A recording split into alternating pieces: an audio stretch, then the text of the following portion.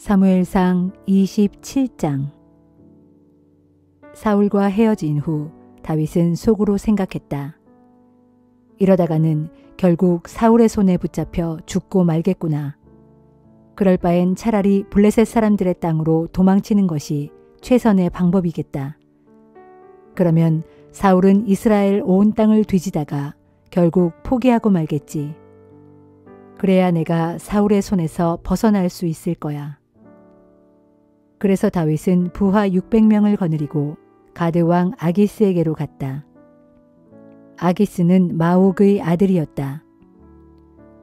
다윗과 그의 부하들은 아기스와 함께 가드에 정착하여 살게 되었다. 때에 다윗은 두 아내를 거느리고 있었다. 이스라엘 여인 아히노암과 나발의 아내였던 갈멜 여인 아비가일이었다. 다윗이 블레셋 땅 가드로 도망갔다는 사실이 사울에게 전해졌다. 그러자 사울은 더 이상 다윗을 뒤쫓지 않았다. 다윗이 가드 왕 아기스에게 말했다. 왕께서 저를 좋게 보신다면 제게 이 나라의 성읍 중에서 하나를 따로 주시어 제가 그곳에서 살 수 있게 해주십시오. 제가 어떻게 감히 왕과 함께 이 도성에서 살 수 있겠습니까?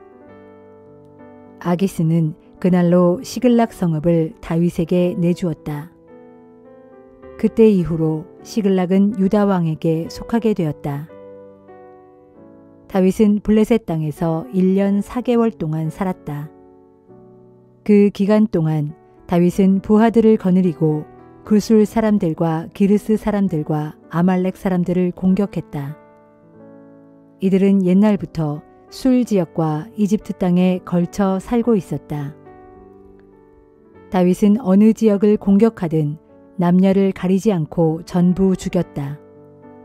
그러나 양과 소, 나귀와 낙타와 의복은 약탈하여 가지고 갔다. 그러면 아기스는 의례 다윗에게 묻곤 했다. 당신은 오늘은 어디를 또 약탈한 것이오? 그러면 다윗은 유다의 남쪽 지방입니다. 혹은 여라무엘 사람들의 남쪽 지방입니다. 혹은 겐 사람들이 사는 남쪽 지방입니다. 하고 대답하곤 했다. 다윗이 남자나 여자를 포로로 사로잡아 가드에 데려오지 않은 것은 나름대로 생각이 있어서였다. 다윗이 행한 일을 소문낼까 두려웠던 것이다. 블레셋 사람들의 지역에 거주하는 동안 다윗의 처신은 늘 이런 식이었다. 그리하여 아기스는 다윗의 말을 믿고 이렇게 생각했다. 다윗이 자기 동족 이스라엘 사람들에게 미움을 사게 되었으니 그는 영영 내 종이 될 수밖에 없겠구나.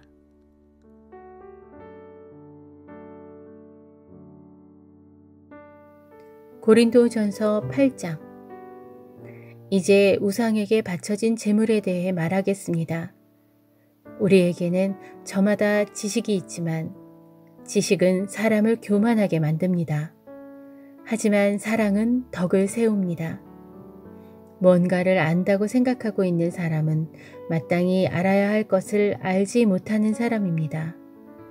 그러나 하나님을 사랑하는 사람은 하나님께서 그 사람을 알아주십니다. 그러면 우상에게 바쳐진 음식을 먹는 문제에 대해 생각해 봅시다. 우리 모두가 잘 알다시피 세상의 모든 우상들은 아무것도 아니고 참된 신은 오직 하나님 한 분뿐입니다. 비록 하늘과 땅에 여러 신들이 있다고 믿는 사람들이 많지만 우리에게는 오직 아버지 되시는 하나님 한 분만이 계실 뿐입니다. 그분께서 만물을 창조하셨고 우리는 오직 그분의 영광을 위해서 살아갑니다. 또한 우리에게는 한 분이신 주 예수 그리스도가 계시는데 온 세상의 모든 것들이 그분으로 말미암아 존재하고 우리도 그분으로 인해 살아갑니다. 그러나 모든 형제들이 다 이 같은 지식을 갖고 있는 것은 아닙니다. 어떤 형제들은 예전에 우상을 숭배하던 습관에 젖어 있어서 그런 음식을 먹을 때는 그것이 정말로 우상에게 바쳐진 것인 줄 생각하고 그것을 먹을 때 양심에 걸려서 자기들이 더럽혀졌다고 생각합니다. 그러나 음식은 결코 우리를 하나님 앞에 내세워 주지 못합니다. 우리가 어떤 음식을 먹지 않는다고 해서 해로울 것도 없고 먹는다고 해서 이로울 것도 없습니다.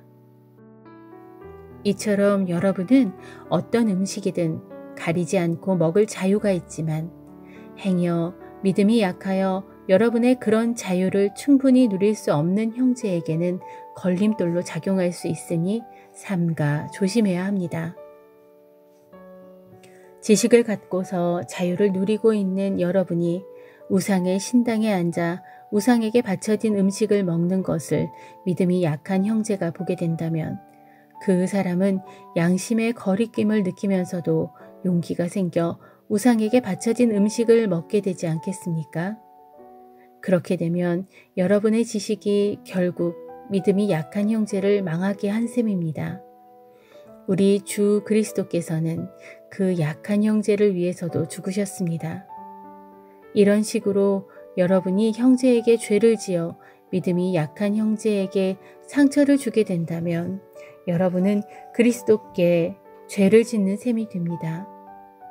그러므로 나는 확언합니다. 만일 내가 먹는 음식이 내 형제를 죄에 빠지게 한다면 내 형제가 내 음식으로 인해 걸려 넘어지지 않게 하기 위해서 나는 평생 고기를 먹지 않을 것입니다.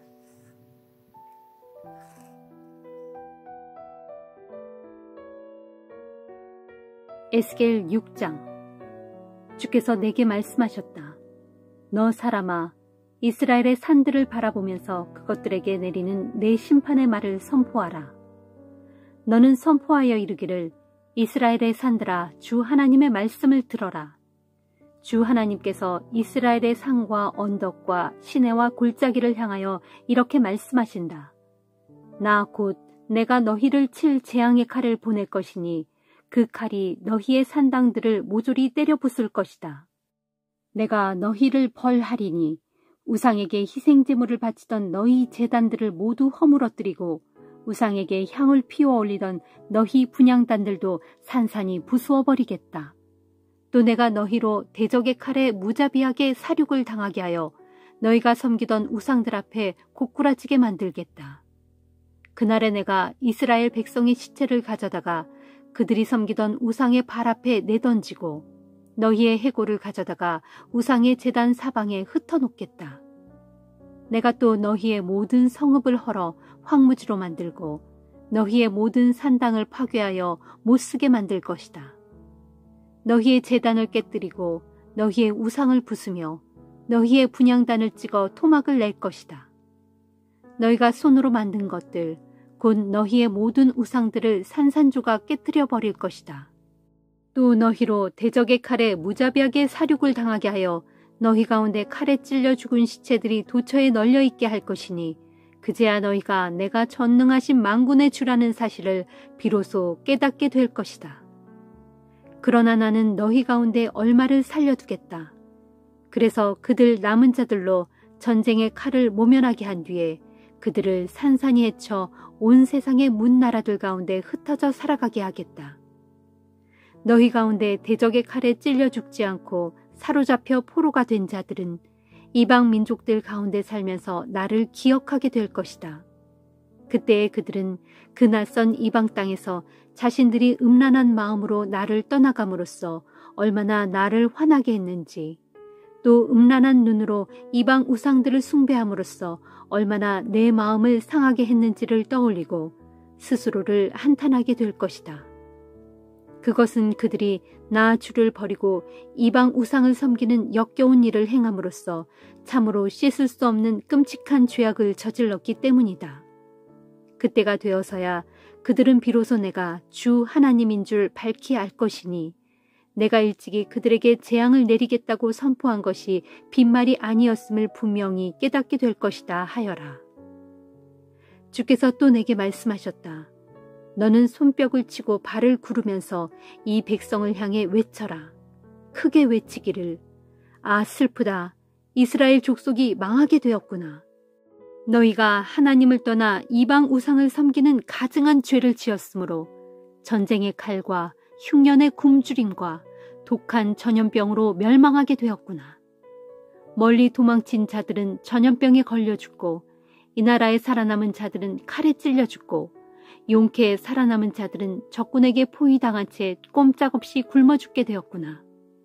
나 주가 이같이 너희에게 내 분노를 사정없이 쏟아부을 것이니 대적의 칼에 사륙당한 무수한 시체들이 너희의 모든 우상들 사이에 제단들 주변에 여기저기에 높은 산들과 작은 언덕들에 모든 푸른 나무들 아래와 무성한 상수리 나무들 아래에 곧 너희가 너희 우상들에게 향을 피워 올리며 제사를 지내던 모든 곳들에 아무렇게 버려져 나뒹굴 것이다.